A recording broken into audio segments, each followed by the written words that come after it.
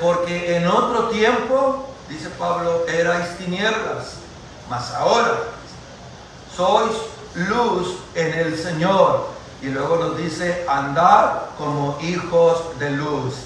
Así que el mandamiento imperativo de Dios es que cada uno de nosotros andemos como hijos de luz. La introducción. ¿Qué nos enseña la Biblia, hermano, con respecto a la luz? La Biblia habla acerca de Dios como nuestra luz y salvación en el Salmo capítulo 27, versículo 1. También nos habla como luz perpetua. También nos habla a nosotros, su palabra es llamada lámpara a mis pies y lumbrera a mi camino. Cristo es llamado luz a las naciones, aquella luz verdadera que alumbra a todo hombre y la luz del mundo.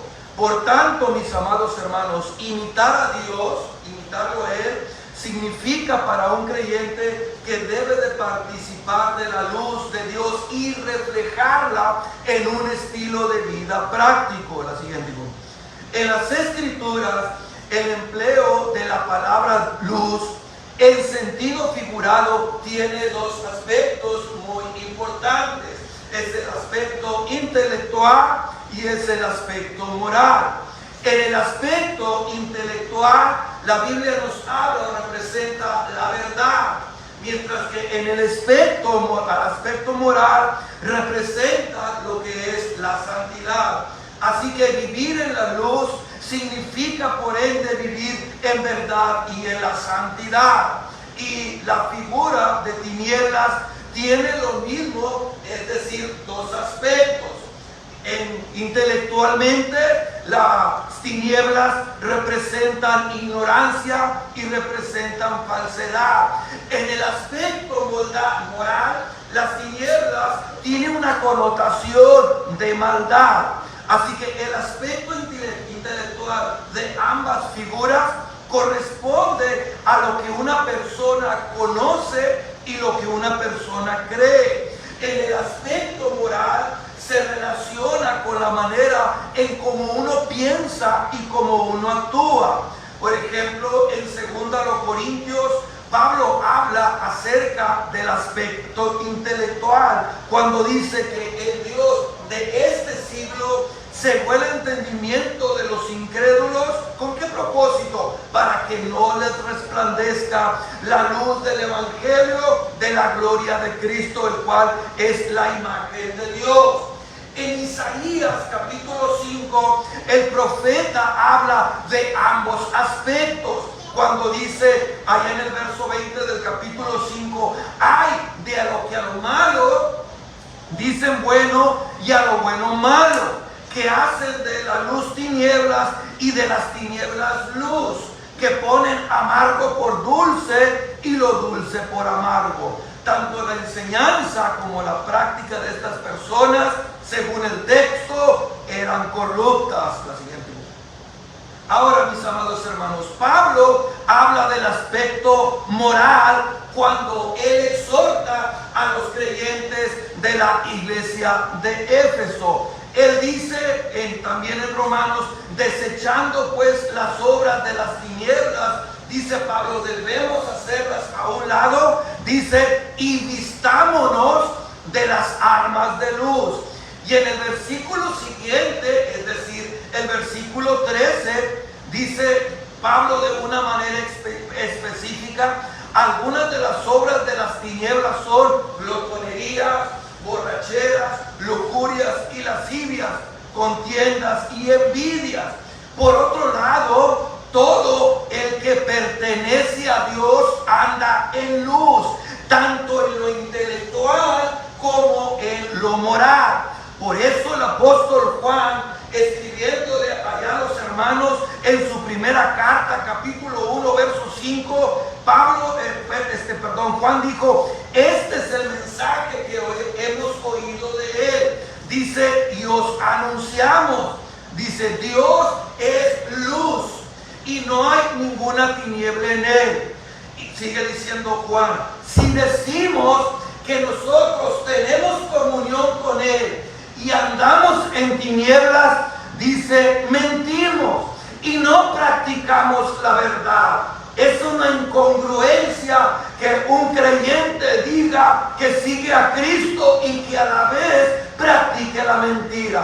Pero si andamos en luz, dice Juan, como Él está en luz, entonces tenemos comunión unos con otros. Y la sangre de su Hijo Jesucristo nos limpia de todo pecado. Es lo que dice la Escritura. En estos momentos nosotros nos encontramos en medio de una amplia sección que va desde el versículo 17 del capítulo 4 hasta el versículo 20 del capítulo 5 de la Epístola a los Efesios. Este tema central, hermano, es el cristianismo y su relación con el mundo. El argumento que Pablo plantea aquí es que el cristiano es esencial y radicalmente distinto al que no lo es, y que esa diferencia debe de hacerse latente en nuestra interacción con el mundo que nos rodea. Debe de haber una diferencia entre nuestro comportamiento entre un cristiano y uno que no lo es. En el capítulo 5, versículo 1, Pablo nos dice que debemos ser imitadores de Dios como hijos amados. En primer lugar, imitándolo en su amor. En los versículos del 3 al 7, dice Pablo que debemos ser imitadores en su pureza, guardarnos en santidad. Y es precisamente en este punto donde nos encontramos ustedes y yo en estos momentos.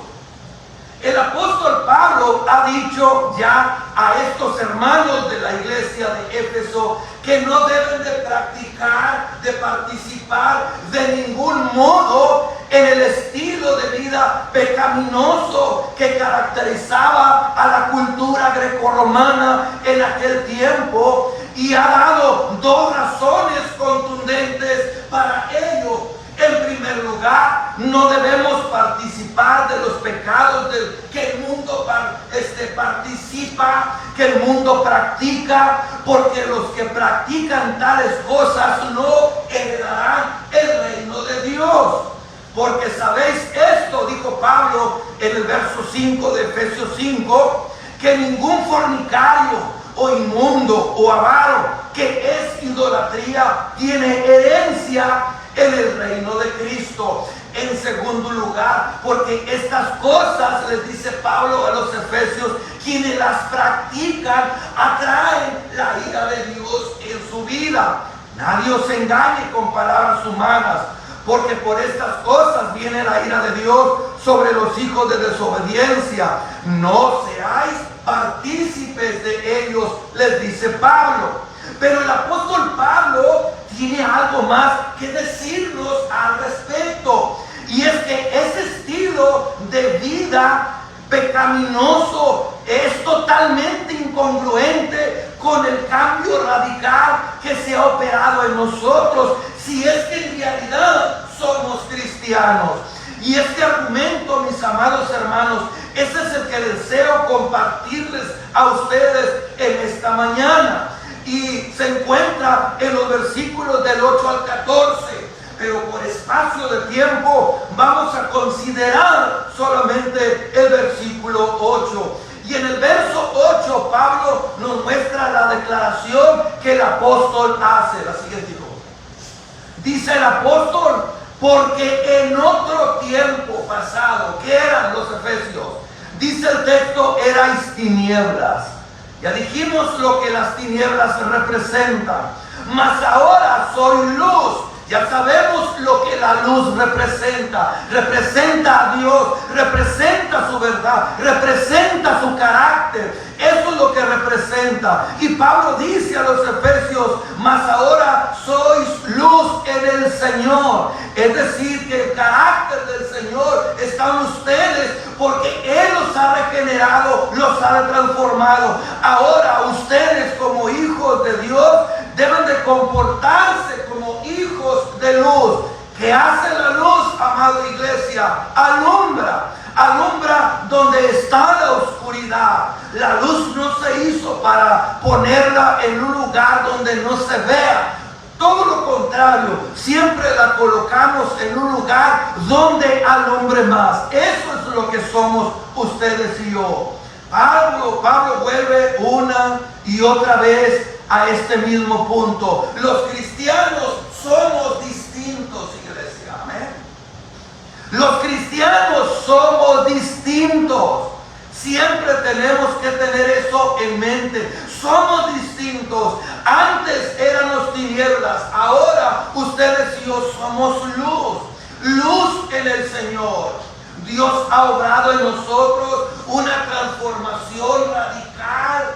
No simplemente de fachada, de corazón. No, es un cambio que comienza desde adentro en nuestro ser interior. De ahí se manifiesta hacia afuera. Eso fue lo que predicó Cristo. Pilato le dijo a Cristo que es la verdad. Fue lo que le dijo, y no porque quisiera saberla, sino porque lo dijo de forma sarcástica.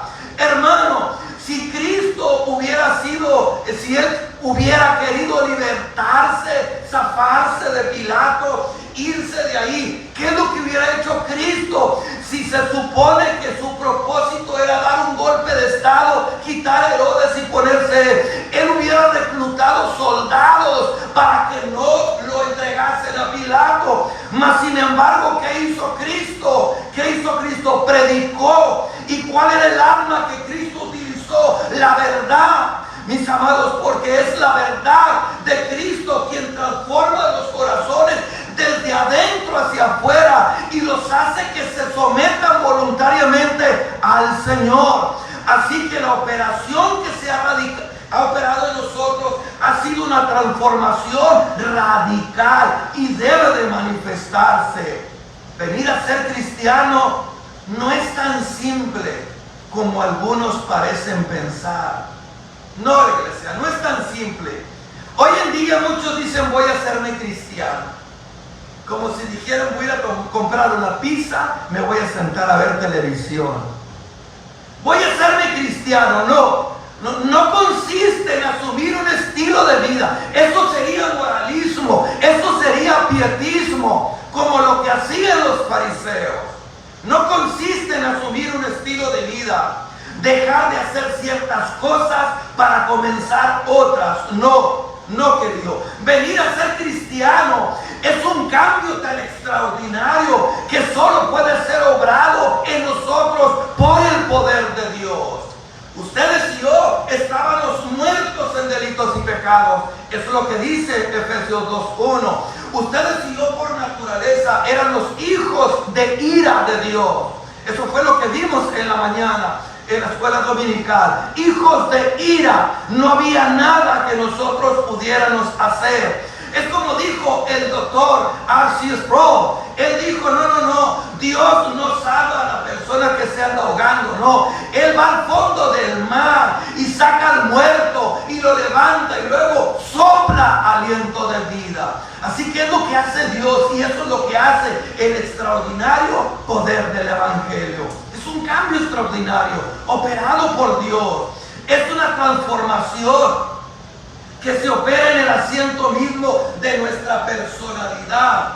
Antes nos gustaban algunas cosas del mundo, ahora ya no nos interesa, porque es un cambio radical, como pasar de la muerte a la vida, de la luz a las tinieblas, que es la figura que el apóstol Pablo nos presenta aquí. Ahora, noten el contraste, hermano, en lo que éramos ustedes y yo en otro tiempo y lo que ahora somos. ¿Qué dice Pablo? En otro tiempo eras tinieblas, mas ahora soy luz en el Señor. En otro tiempo eras un mentiroso, eras un drogadicto, muchos eran unos adúlteros, unos inmorales, pero ahora Dios ha operado en sus vidas y los ha transformado. Solamente Dios, hermano, puede hacer eso.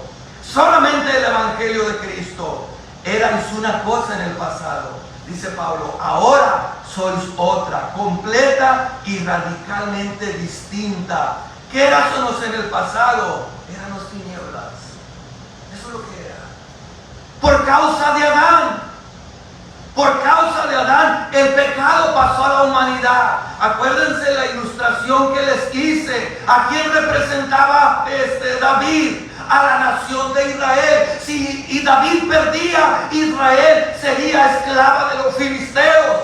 ¿A quién representaba Goliat? A los filisteos. Y si Filistea perdía, ellos servirían a Israel. Así que David representaba a toda una nación. La victoria o la derrota repercutiría en la nación de Israel. Lo mismo que Goliat. Así que la victoria de David se hizo victoria de todos ellos. Adán es lo mismo, representaba a la humanidad. Él cayó, nosotros caímos por completo.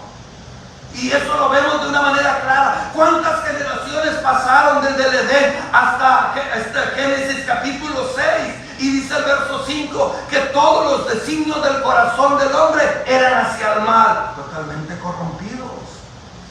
Totalmente corrompidos, hermano. Estábamos rodeados de tinieblas. No solo, hermano, estábamos rodeados, sino que dentro de nosotros reinaban las tinieblas.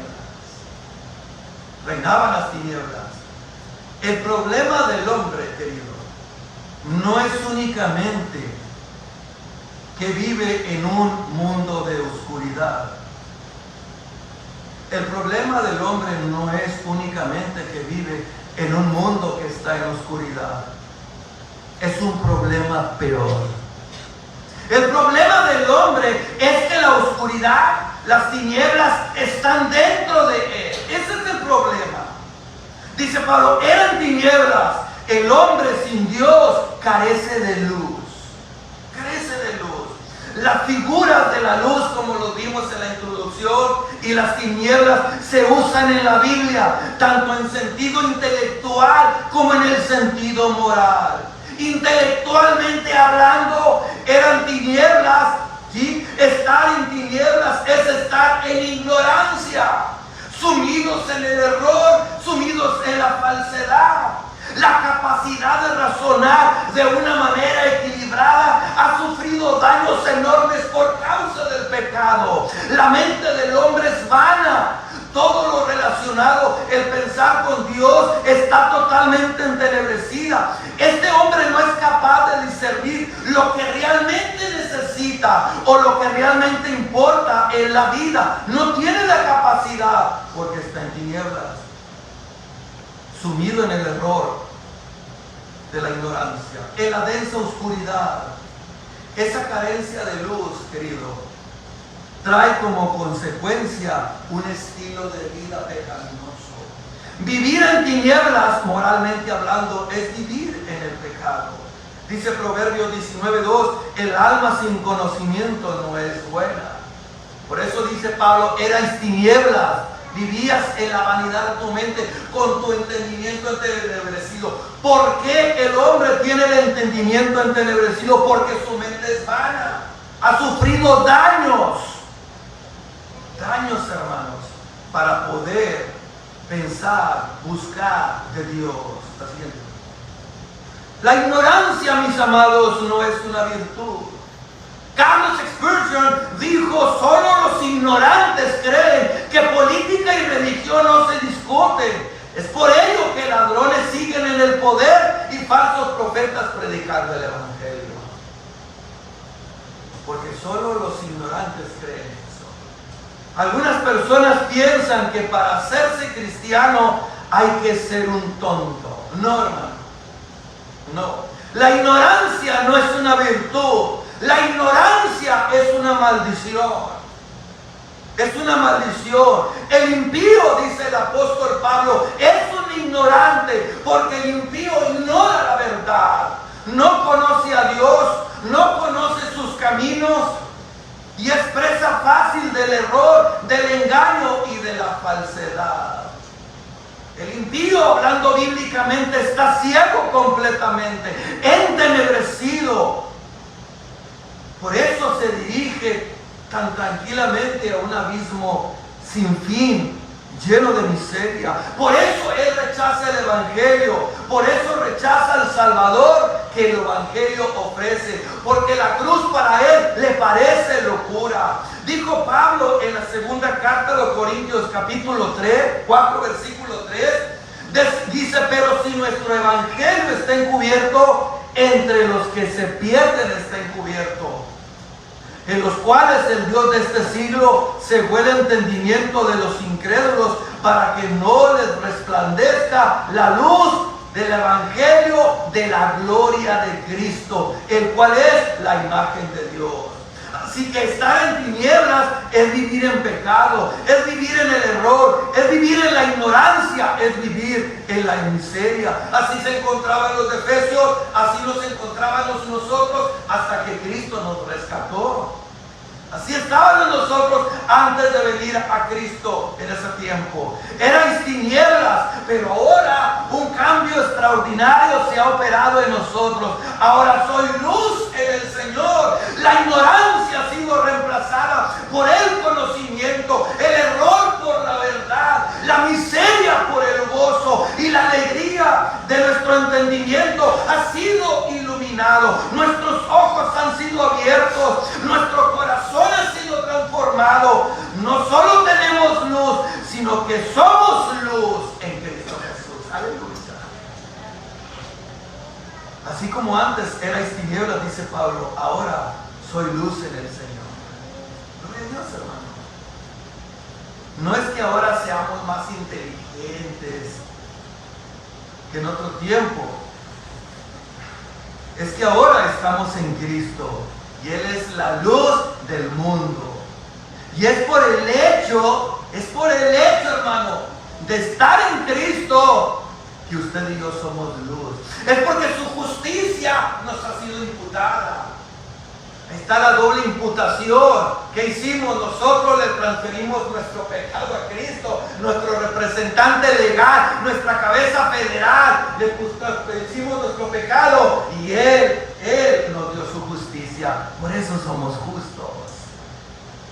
Qué hermoso es Dios.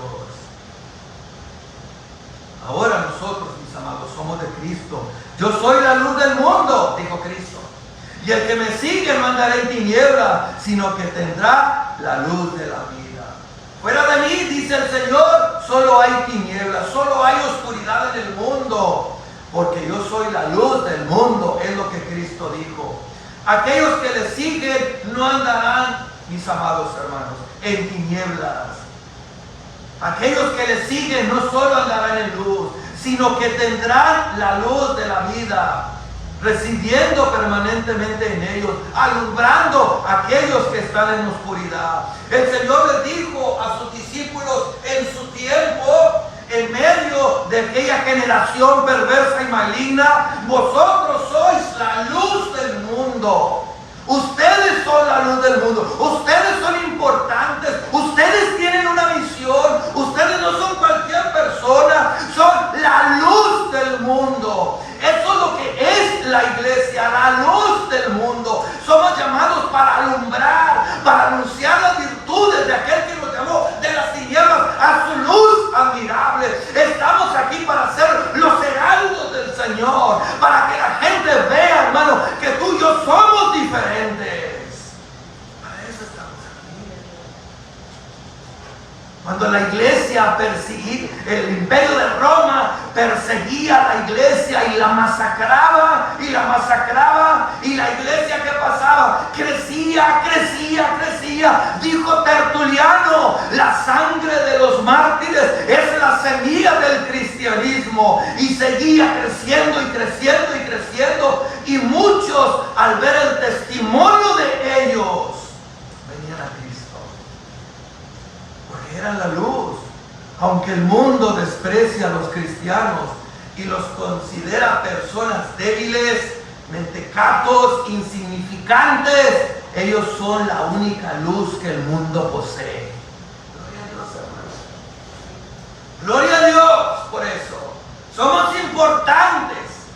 El mundo lo desprecia. El mundo desprecia todo aquello que venga de Cristo. Desprecia, hermano. Y Cristo lo dijo: seréis aborrecidos por mi causa. Por mi causa. Pero qué hermoso que somos la luz La iglesia es la luz, no los políticos, no los psicólogos, son los cristianos, porque solamente ellos conocen al Dios vivo y verdadero. Solo ellos han sido librados de la esclavitud del pecado. Solo ellos poseen la verdad de Dios revelada en su palabra. Solo ellos, los cristianos, y todo eso es por estar en Cristo. Esa virtud de nuestra unión con Cristo, que ahora usted y yo somos luz. Si no fuera por Él, estaríamos sumidos en la oscuridad, en la misma ignorancia y en la misma desgracia en la que vivíamos antes. Una vida sin sentido. En Cristo, que somos nosotros.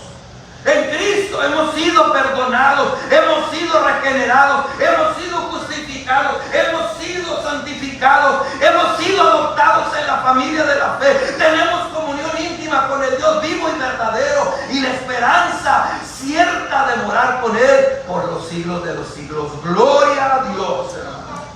Si esto no le motiva, no sé qué otra cosa le pueda motivar. Gloria a Dios por ello.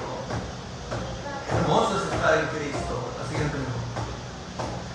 Nuestra estabilidad no depende de las circunstancias que nos rodean. Hay gente que dice, si al menos yo tuviera esto, si al menos yo tuviera aquello, si al menos yo pudiera ser así, si al menos tuviera la oportunidad, si al menos esto, si al menos esto, y lo tienen y no sucede nada. Porque la estabilidad no depende de las circunstancias que nos rodean. La estabilidad depende, mis amados, únicamente de Dios reinando en nuestros corazones a través de Cristo. Cuando tomamos una decisión, no tendremos que guiarnos por las emociones del momento. No tendremos que guiarnos por las opiniones cambiantes de los expertos, porque tenemos en nuestras manos la infalible,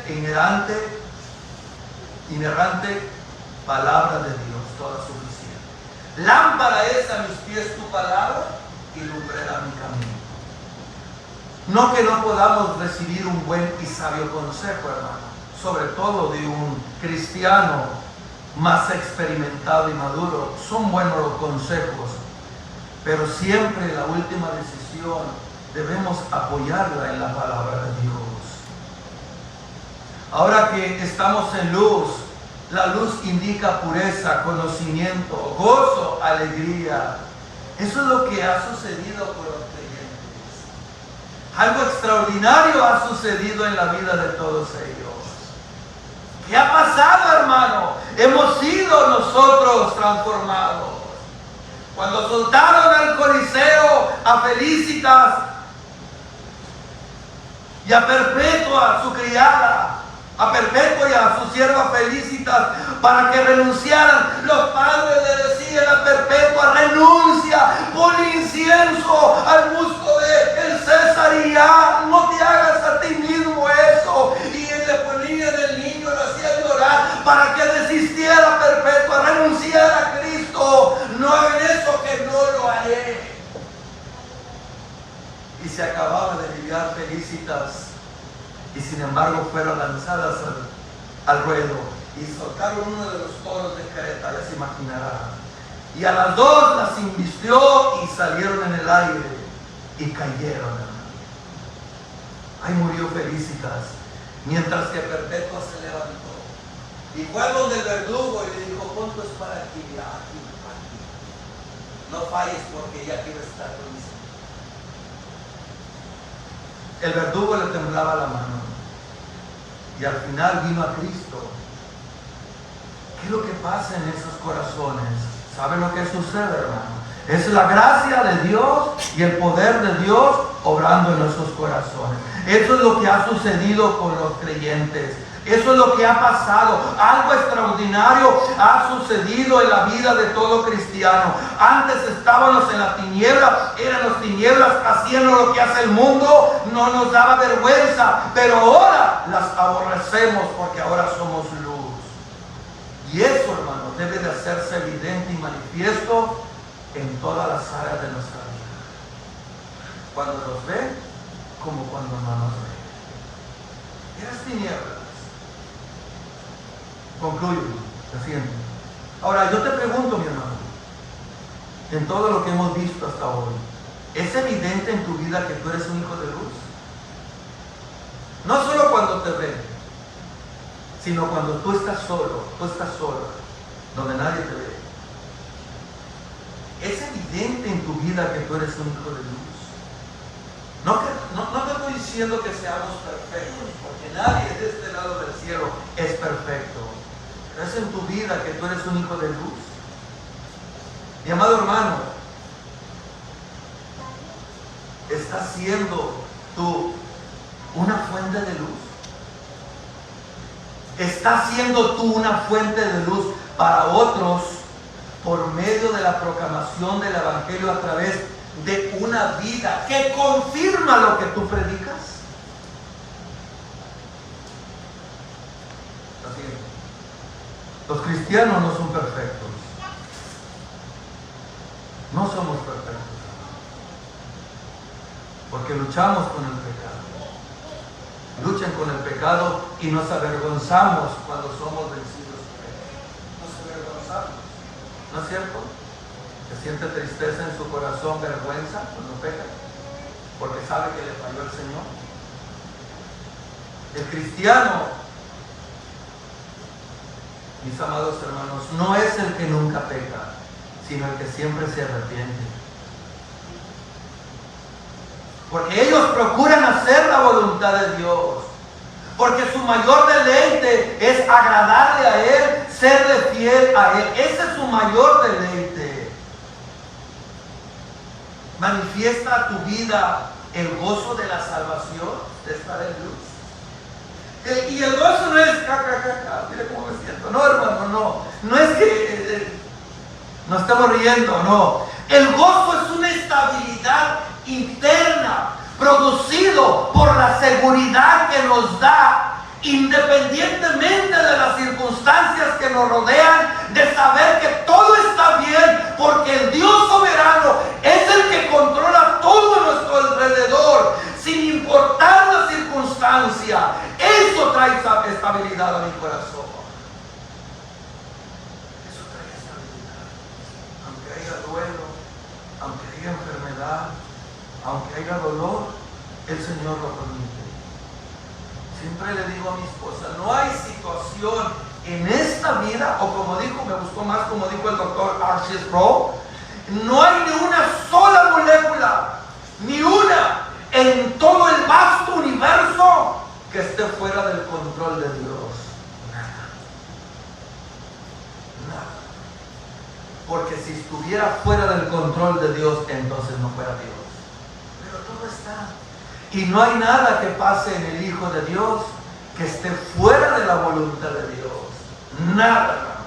Las cosas buenas como las cosas malas, Dios las usa. ¿Y sabe para qué? Para hacerme bien. No es lo que pensamos muchas veces. Hacerme bien, me van a dar un carro, me van a dar una casa, me van a dar una cuenta bancaria, me van a ayudar para acá. No, hermano. No, olvídese de eso.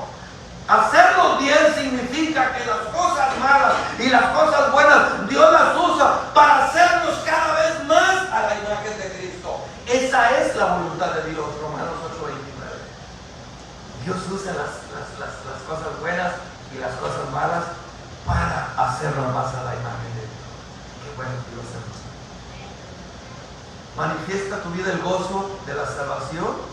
Eso es estar en luz, el gozo de conocer a Dios, el único Dios vivo y verdadero, el gozo de vivir una esperanza. Hay personas que lo tienen todo, hermano, todo, con esto termino, todo, y no tienen paz en su corazón. No tienen paz. Hay personas que carecen y tienen gozo, aunque se puede decir que también a veces se puede invertir. Hay personas que tienen abundancia porque ellos han puesto como Abraham en primer lugar al Señor. Porque su mayor motivo no es lo que tienen, su mayor motivo es Dios en sus corazones. Hermoso es Dios, hermano. Dios nos ayude, iglesia, a que usted y yo podamos andar en luz. Enseñar en luz, como el trabajo que nuestros hermanos tienen de impartir allí en el hogar de los niños la luz de Cristo. Amén. Eso es hermoso. Eso es hermoso, la luz de Cristo. Mire, este mundo, hermano, cada vez convulsiona más por causa del pecado. Y cuánto nosotros necesitamos la gracia de Dios para alumbrar en este mundo en decadencia. Así es que la Biblia nos dice andar como hijos de luz. Amén. Póngase de pie.